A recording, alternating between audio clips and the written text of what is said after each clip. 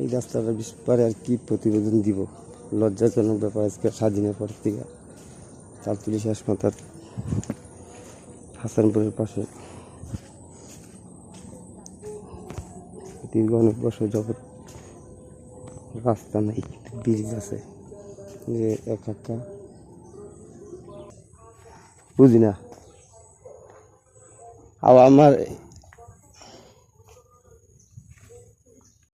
এই যে আমার বাড়ির সামনে আরেক একটা ব্রিজ করে রাখছে, কিন্তু রাস্তা নেই। এই ব্রিজটা যদি এদিকে রাস্তা হইতো, হাসানপুর প্রাইমারি স্কুলে, হাসানপুর কলেজ, হোমনা চলে যেতাম।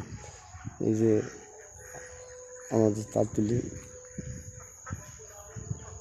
পৌরসভার সামনে রাস্তাটা, চালতুলি শেষমাতা শাহিনের বাড়ি। আমরা অবাজ্ঞ, আর বলবো না। মাননীয় এমপি মহোদয়কে রিকোয়েস্ট করবো, ওনার ব্যক্তিগত ফান্ড থেকে যেন আমাদের তাড়াতাড়ি জলাবদ্ধতা শেষ করে দেয়, এই আশাবাদ